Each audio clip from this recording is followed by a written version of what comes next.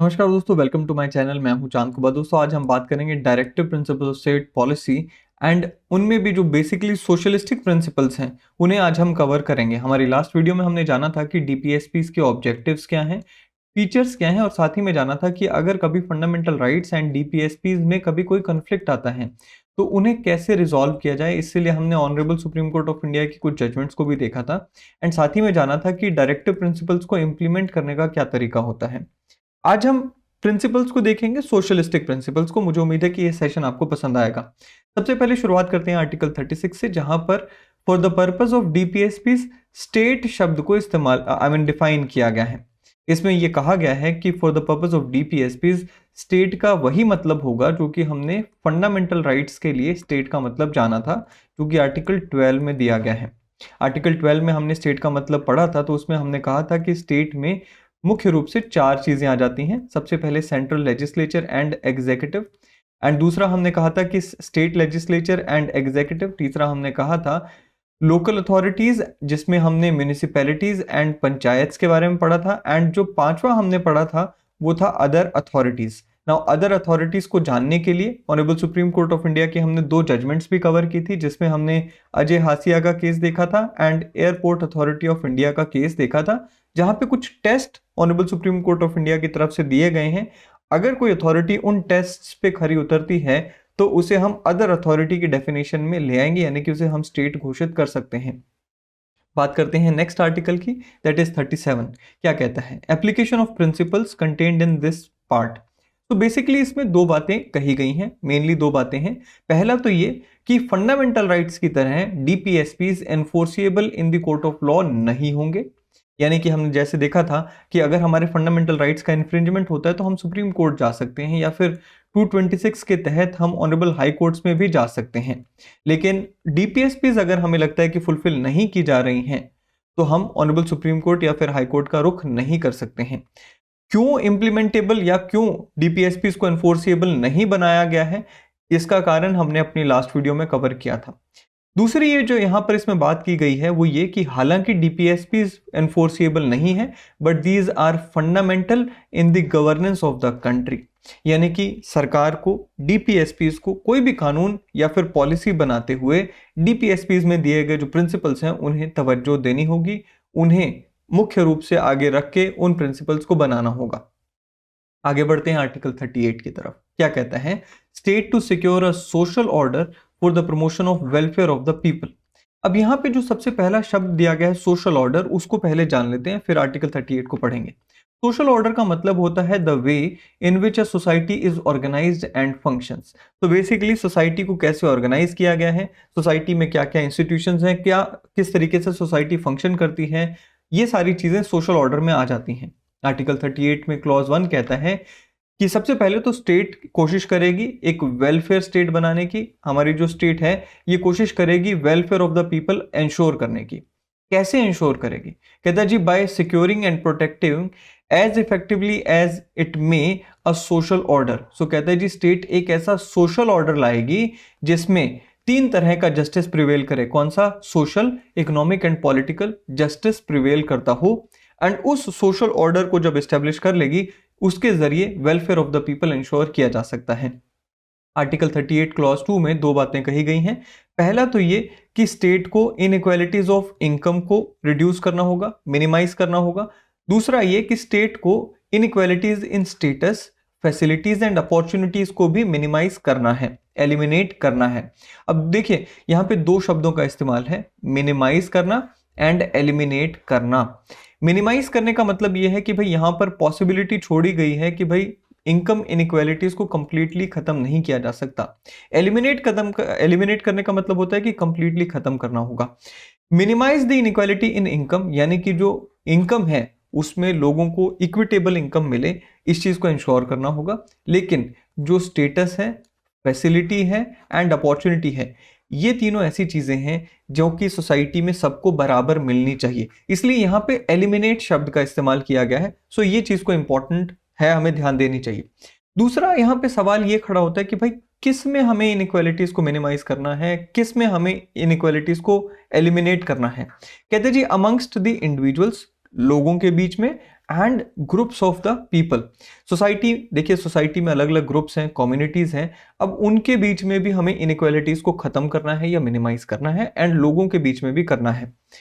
Article 38 जो है basically जैसे मैंने आपको बताया कि स्टेट को डायरेक्ट करता है to make a welfare state, right, and ये ड्यूटी कास्ट करता है स्टेट के ऊपर कि स्टेट वेलफेयर स्टेट बनाई जाए। आर्टिकल 39 कहता है जी certain principles of policy to be followed by state. अब देखिए बेसिकली इसमें कहा गया है कि जब भी कोई स्टेट पॉलिसी फॉर्म कर रही है वो पॉलिसी किस तरफ डायरेक्टेड होनी चाहिए, यहाँ पे कुछ स्पेसिफिक बातें कही गई हैं।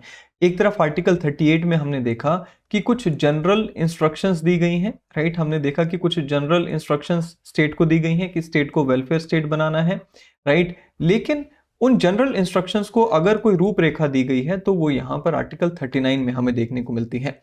क्या कहता है, कहता है जी state shall in particularly direct its policy towards, अब यहाँ पे कुछ गोल्स दिए गए हैं। पहला क्या है, ए दैट द सिटीजन्स, यानी कि सिटीजन्स के लिए यहाँ पे बात की गई है, नॉन सिटीजन्स के फेवर की बात नहीं कर रहा है, सिटीजन्स के फेवर की बात कर रहा है। सिटीजन्स ईदर मेन और women equally have the right to adequate means of livelihood, यानी कि सबके पास ये अधिकार होना चाहिए कि उनके पास कमाई के साधन जो है वो एडिक्वेटली अवेलेबल होने चाहिए। दूसरा क्या है, the ownership and control of material resources of the community are so distributed as best to serve the common good. इसको मैं थोड़ा सा एक्सप्लेन करूंगा डिटेल में। यहाँ पे क्या शब्द यूज किए गए हैं, ownership and control of material resources, मतलब क्या होता है, मटेरियल रिसोर्सेज का मतलब क्या है, कहता है जी मटेरियल रिसोर्सेज में physical and economic assets within a community आ जाएंगे, जैसे कि land, natural resources, infrastructure, business, ये सारी चीजें। कहता है कि ये जो हमारे फिजिकल एंड इकोनॉमिक एसेट्स हैं या रिसोर्सेज हैं, इनकी ऑनरशिप इस तरह से डाइवर्ज होनी चाहिए, इस तरह से लोगों को इसका कंट्रोल मिलना चाहिए that they are systematically distributed, जिससे best of the common good को हम अचीव कर सकें। दोबारा इसको समझते हैं, कहते हैं जी ownership and control of material resources, material resources में क्या आ गया, land, physical assets, natural resources, ये सारी चीजें of the community are so distributed as best to serve the common good. Distributed, so distributed का मतलब क्या है कि यहां पर सिस्टमेटिक डिस्ट्रीब्यूशन होनी चाहिए रिसोर्सेज की, राइट, ये नहीं होना चाहिए कि भाई कोई लेट्स से कोई बिजनेसमैन है, वो जाता है कोई ऐसे एरिया में जो कि अभी अनएक्सप्लोर्ड है, वहां जाकर मिनरल्स पे अपनी मर्जी से ही कब्जा कर लेता है, राइट, या कोई बिजनेसमैन है या कोई पावरफुल व्यक्ति है, वो नेचुरल रिसोर्सेज पे अपनी मर्जी से पावर के दम पे कब्जा कर लेता है। ऐसा नहीं होना चाहिए, सिस्टमेटिक डिस्ट्रीब्यूशन ऑफ रिसोर्सेज होनी चाहिए, एंड इस तरह से सिस्टमेटिक डिस्ट्रीब्यूशन ऑफ रिसोर्सेज होने चाहिए ताकि common good of the society को अचीव किया जा सके। क्लॉज सी क्या कहता है, कहता है जी the operation of economic system does not result in concentration of wealth and means of production to common determinant. Concentration of wealth नहीं होना चाहिए, इकोनॉमिक सिस्टम को इस तरह से चलाया जाए। अब देखिए हम कैपिटलिज्म की बात करते हैं, कैपिटलिज्म में क्या होता है, कैपिटलिज्म में जो स्ट्रॉन्ग है, जो एंटरप्रेन्योर है, जिसकी कैपिटल है, उसको सबसे ज्यादा बेनिफिट मिलता है। लेकिन यहां पे क्या कह रहे हैं कि इकोनॉमिक सिस्टम जो है वो कैपिटलिस्ट लाइंस पे नहीं दौड़ना चाहिए, जहां पे सिर्फ और सिर्फ कुछ लोगों को कंसंट्रेशन ऑफ वेल्थ हो रही है, यानी कि कुछ लोग अमीर होते जा रहे हैं एंड कुछ लोगों के फेवर में मींस ऑफ प्रोडक्शन काम करता है, बाकियों के अगेंस्ट करता है। यहां पर हमें एक ऐसा इकोनॉमिक सिस्टम बनाना है जहां पे कंसंट्रेशन ऑफ वेल्थ को पर्टिकुलरली हमें होने से रोकना है। फिर आगे बढ़ते हैं, क्लॉज डी क्या कहता है, that there is equal pay for equal work for both men and women. So यहां पर देखिए जेंडर के बेस पर आज भी ये एक रियलिटी है, इक्वल पे के लिए इक्वल वर्क हमारे देश में नहीं मिलती है। खास करके यहाँ पे जो डिसएडवांटेज है वो महिलाओं को देखने को मिलता है कि महिलाओं को चाहे वो काम ज्यादा भी कर रही हों, उन्हें पे जो है वो पुरुषों के मुकाबले में कम मिलती है, एंड ये एक बहुत मेजोरिटी केसेस में हमें देखने को मिलता है। इसे एलिमिनेट करने की बात यहाँ पे की गई है। ई क्लॉज में क्या कहता है, the health and strength of workers both men and women and tender age of children are not abused, यानी कि जो लोगों की सेहत है, लोगों की शक्तियां हैं, स्ट्रेंथ है, उसके साथ खिलवाड़ नहीं होना चाहिए। एंड सिटीजन्स जो है they should not be forced by the economic necessity to enter into vocations unsuited to their age और स्ट्रेंथ। अब देखिए, हमने देखा है कि कई लोग पीएचडी करके भी पियून की नौकरी के लिए जाते हैं। क्यों? मजबूरी है, क्योंकि उन्हें और जॉब्स मिल नहीं रहे होते, राइट? कई बार हमें देखने को मिलता है कि जो आपकी स्ट्रेंथ है, जो आपकी पढ़ाई है, उसके होने के बावजूद भी आपको ऐसे काम के लिए जाना पड़ता है which is not suited to your strength or which is not suited to your ability. This is precisely which is prohibited in Article 39E. वही चीज को प्रोहिबिट किया गया है और ये आदेश दिया गया है कि भाई जो जिसमें जितनी क्षमता हो, जितनी एबिलिटी हो, जितनी स्ट्रेंथ हो, उसके हिसाब से उसको काम मिलना चाहिए। एंड जो स्टूडेंट्स हैं, जो चिल्ड्रन हैं, उन्हें भी आपको अब्यूज होने से बचाना है। अब इसके लिए हमें देखने को मिलता है prevention of child labour prevention act हमें देखने को मिला 1986 और 2016 में उसमें एक अमेंडमेंट भी देखने को मिलती है। खैर, कानून तो लाए गए हैं ऑफ कोर्स इसको लागू करने के लिए। फिर एफ क्या कहता है जी? That the children are given opportunity and facilities to develop in a healthy manner and in conditions of freedom and dignity. अब देखिए, चिल्ड्रन के लिए जितने भी यहाँ पर हमें लॉज एंड पॉलिसीज देखने को मिलती हैं वो बेसिकली इसी क्लॉज से निकल कर आ रहे हैं, जो कि चिल्ड्रन को पॉजिटिवली उनकी डेवलपमेंट में, ग्रोथ में हेल्प करते हैं। 38 क्या कहता है? कहते हैं जी, गिव्स कंटेंट। अभी देखा ना, अभी मैंने आपको 2 मिनट पहले बताया कि जहां पर 38 में हमें कुछ जनरल इंस्ट्रक्शंस दी गई हैं, प्रियम्बल में जो हमारा जस्टिस की बात की गई है, that is social, economic and political justice की बात की गई है, उसे फुलफिल करने के लिए सरकार को दिशा निर्देश दिया गया है। वहीं पे 39 में कुछ सर्टेन फिक्स्ड पर्टिकुलर ऑब्जेक्टिव्स को यहाँ पे फिक्स किया गया है। एक केस आया था assistant commissioner Madras versus B and C company. इसमें कोर्ट ने कहा था that DPSPs embodied in article 39C apply both to parliament and state legislatures. यानी कि ये जो आप 39C की बात करते हैं, 39C में ये जो बात कही गई है कि भाई कंसंट्रेशन ऑफ वेल्थ होने से रोकना है, इसके लिए ये जो कानून बनाने की पावर है ये केवल पार्लियामेंट के पास नहीं है, या जिम्मेवारी केवल पार्लियामेंट के पास नहीं है, स्टेट लेजिस्लेचर को भी इसकी जिम्मेवारी लेनी होगी एंड इस तरह से कानून एंड पॉलिसीज बनानी होगी कि कंसंट्रेशन ऑफ वेल्थ को रोका जा सके। आर्टिकल 41 देखते हैं। कहता है जी, right to work, to education and to public assistance in certain cases. कौन से केसेस में यहाँ पे असिस्टेंस की बात की गई है? देखिए, ऐसे लोग जो अनएम्प्लॉयड हैं, जो ओल्ड एज हैं, सिक हैं, डिसेबल्ड हैं यानी कि दिव्यांगजन हैं, and other unserved, underserved sections of society, इनको मदद पहुंचाने की बात की गई है। कहता कि the state shall within the limits of its economic capacity. अब यहां पर ये चीज बहुत इंपॉर्टेंट है। कहता जी, स्टेट अपनी इकोनॉमिक कैपेसिटी एंड डेवलपमेंट के हिसाब से सारे इफेक्टिव प्रोविजंस लाएगी for securing right to work, right to education and to public assistance in these given cases. यहाँ पर ये जो पहला और दूसरा शब्द आप देख रहे हो ना, ये बहुत ही इंपॉर्टेंट शब्द हैं। अगर ये 2 शब्द ना होते तो स्टेट के ऊपर और ज्यादा प्रेशर आना था। स्टेट को ये कहा गया है कि आप अपनी इकोनॉमिक कैपेसिटी एंड डेवलपमेंट के हिसाब से लोगों को, जो अनएम्प्लॉयड है उन्हें राइट टू वर्क प्रोवाइड करो, जो अनएजुकेटेड है उन्हें एजुकेशन प्रोवाइड करो, पब्लिक असिस्टेंस प्रोवाइड करो, ये सारे सेक्शंस ऑफ सोसाइटी को। एंड हमें देखने को मिलता है कि इन सेक्शंस ऑफ सोसाइटी के लिए, इस आर्टिकल को फुलफिल करने के लिए बहुत सारी हमें स्कीम्स देखने को मिलती हैं, जहां पर चाहे वो मनरेगा है, जहां पे जॉब देने की बात की जा रही है, वर्क देने की बात की जा रही है, ओल्ड एज पेंशन स्कीम्स हमें देखने को मिलती हैं, एजुकेशनल प्रोग्राम्स हमें देखने को मिलते हैं। लेट्स से अगर कोई व्यक्ति पीएचडी कर रहा है, उसे सरकार की तरफ से स्टाइपेंड वगैरह मिलता है। इसी तरह से अगर आप और देखेंगे तो वहां पर आपको स्कॉलरशिप प्रोग्राम्स आपको देखने को मिलते हैं। सो ये सारी जो सारी चीजें हैं, ये इनका जो रूट है वो आर्टिकल 41 में लायक करता है। यहां पर केस है जी, Jacob versus Kerala water authority, 1991 का केस है। And it was held that in matters like interpretation of article 41, 42, 43 the court should so interpret the act so as to advance article 41 where the workers are not exploited.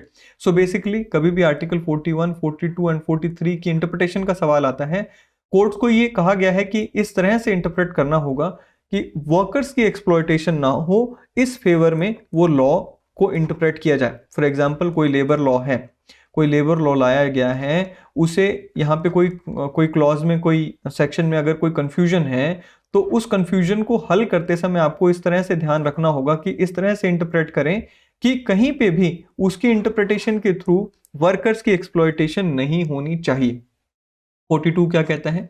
Provision for just and humane condition of work and maternity relief.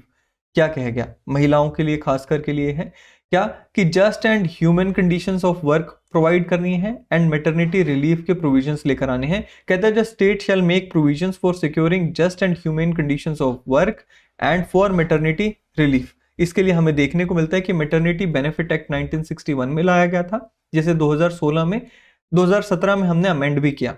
अब इसमें amendment के तहत हमने क्या किया?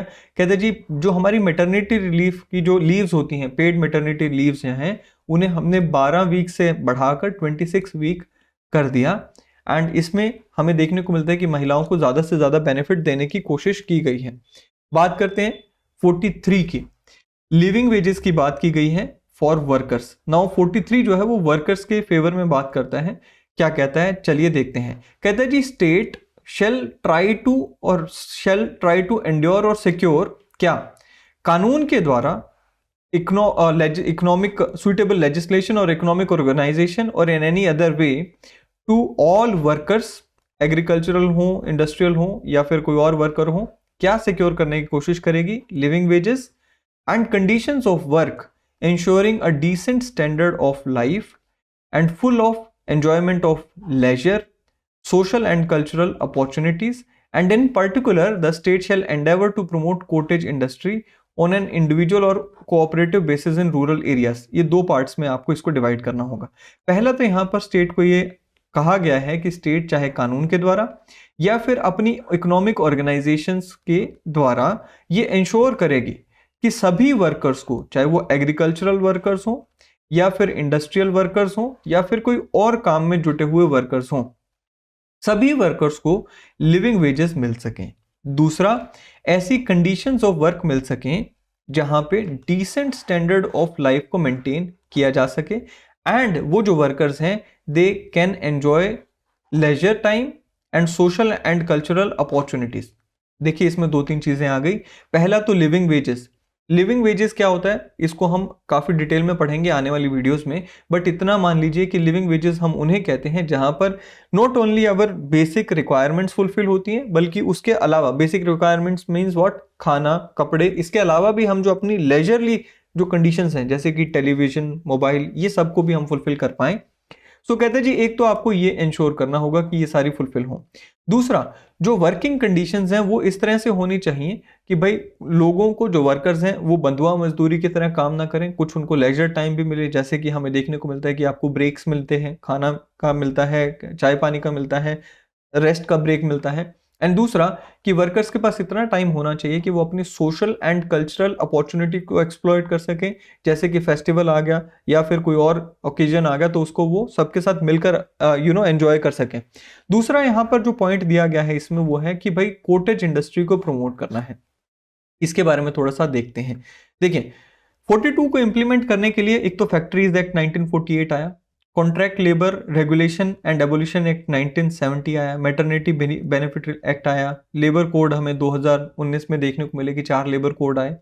इसी की तरह से हमें 2020 में ये भी लेबर कोड देखने को मिला। ठीक है, अब कहता है कि सिर्फ इतना ही नहीं, कॉटेज इंडस्ट्री की यहाँ पे बात की गई है। कॉटेज इंडस्ट्री की ये जो बात की गई है बेसिकली ये गांधीयन प्रिंसिपल है, इसे हम अपनी नेक्स्ट वीडियो में अच्छे से डिस्कस करेंगे। बस मैं एक छोटा सा आइडिया दे दूं कि गांधी जी का ये मानना था कि जो गांव है, जो विलेज है, they should be Republic in themselves and not only political centre but economic centre भी होना चाहिए विलेज को। एंड दूसरी बात गांधी जी की ये मानना था कि भाई हमें लेबर इंटेंसिव इंडस्ट्रीज को लाना होगा ताकि जो हमारी पॉपुलेशन है उन सबको हम एम्प्लॉयमेंट दे सकें। तो ये हम कॉटेज इंडस्ट्री को हमारी नेक्स्ट वीडियो में वैसे भी डिस्कस करेंगे। फिर 43A पे आते हैं। कहते हैं जी participation of workers in management of industries. अब यहाँ पे आप देख सकते हैं कि 43A है इस आर्टिकल का नाम, यानी कि ओरिजिनली ये कॉन्स्टिट्यूशन में नहीं था, इसे 1976 में 42nd अमेंडमेंट एक्ट के द्वारा लाया गया। एंड हम सब जानते हैं उस समय इमरजेंसी का टाइम था जब ये आर्टिकल लाया गया, यानी कि अमेंडमेंट लाई गई। इसमें क्या कहा गया? The state shall take steps by suitable legislation or in any other way to secure participation of workers in management of undertakings, establishments or other organizations engaged in any industry। यहां पर देखिए जो workers हैं उनकी participation को ensure किया गया है। हम सब जानते हैं कि वर्कर्स की यूनियंस होती हैं, वो यूनियंस मैनेजमेंट्स के साथ मिलकर कुछ पॉलिसी डिसीजंस में अपनी से रखती हैं एंड वर्कर्स के जो हित हैं उनको आगे फॉरवर्ड करती हैं। अब स्टेट के ऊपर ये जिम्मेवारी दी गई है कि भाई वो जो वर्कर्स की यूनियंस है उनको स्ट्रेंथन करने में मदद करे स्टेट, एंड चाहे वो कानून के द्वारा या फिर अदरवाइज स्टेट ये इंश्योर करे कि जो वर्कर्स हैं उन्हें यूनियनाइज होने का मौका मिले और उन यूनियंस को जो मैनेजमेंट है उसके कामों में पार्टिसिपेट करने का मौका मिले। और आपको यहां पे मैं बता दूं कि इसी अमेंडमेंट के तहत आर्टिकल 19 को भी अमेंड किया गया था एंड उसमें भी राइट टू फॉर्म कोऑपरेटिव्स बनाने का अधिकार दिया गया था। 47 की बात करते हैं। कहता है जी, duty of the state to raise the level of nutrition and the standard of living to improve public health. क्या कहता है? कहता है जी, स्टेट कोशिश करेगी to raise the level of nutrition and the standard of living of its people. दूसरा, improvement of public health as among its primary duties. So level of nutrition जो है ये प्रिवेंटिव केयर में आ जाता है, जहां पर स्टेट कोशिश करती है कि भाई लोगों को इशू हो ही ना, बच्चों को इशू होना। सो प्रिवेंटिव केयर में हम आप देखते हैं आंगनवाड़ी आ गया, राइट। आंगनवाड़ी में स्टेट इंश्योर करती है कि बच्चे जो हैं, छोटे जो बच्चे हैं उनको खाना मिल जाए। इसी तरह से मातृ वंदन योजना है जहाँ पे महिलाओं को प्रॉपर डाइट दी जाती है, उनको पैसा भी दिया जाता है for that purpose. And secondary health की भी यहाँ पे बात की गई है, ठीक है। प्रिवेंटिव हेल्थ एंड जो हमारी बाकी की हेल्थ जो फैसिलिटीज है उनकी भी यहाँ पे बात की गई है। कहते हैं जी, in particular the state shall endeavour to bring about prohibition of consumption except for medical purposes. अब देखिए यहाँ पर जो लिकर है उसे बैन करने की बात की गई है और प्रोहिबिशन की गई है कंजम्पशन के लिए, except for medicinal purposes allow होगा। कहते हैं जी, इंटॉक्सिकेटिंग ड्रग्स को बंद किया जाना चाहिए, कोशिश करेगी स्टेट। लेकिन क्या आप ऐसा मानते हैं कि ऐसा हो रहा है? क्योंकि हमें देखने को मिलता है कि जो लिकर कंजम्पशन है वो स्टेट के लिए टैक्स का सबसे one of the biggest resources बना हुआ है, जिसकी वजह से हमें देखने को मिलता है कि barring few states, most of the states में लिकर के ऊपर कोई रोक नहीं है। इनफैक्ट लिकर को अलग अलग पॉलिसीज लाई जाती हैं, एक्साइज पॉलिसीज लाई जाती हैं एंड लिकर को चलने दिया जाता है। आर्टिकल 47 में मैंने आपको बता दिया कि क्या क्या चीज़ें हमें देखने को मिलती हैं, जैसे नेशनल हेल्थ मिशन हो गया, मिड डे मील स्कीम हो गया, अभी हमें इंश्योरेंस स्कीम हमें देखने को मिलता है गवर्नमेंट की तरफ से, ठीक है। तो ये थे कुछ आर्टिकल्स जो कि आज हमने देखे। मुझे उम्मीद है कि ये आपको पसंद आया होगा सेशन। अगर सेशन पसंद आया हो तो आप इसे लाइक करना ना भूलें, शेयर करना ना भूलें, चैनल को सब्सक्राइब करना ना भूलें। अगले सेशन में फिर एक बार मिलेंगे। Till then, thank you, have a great day ahead.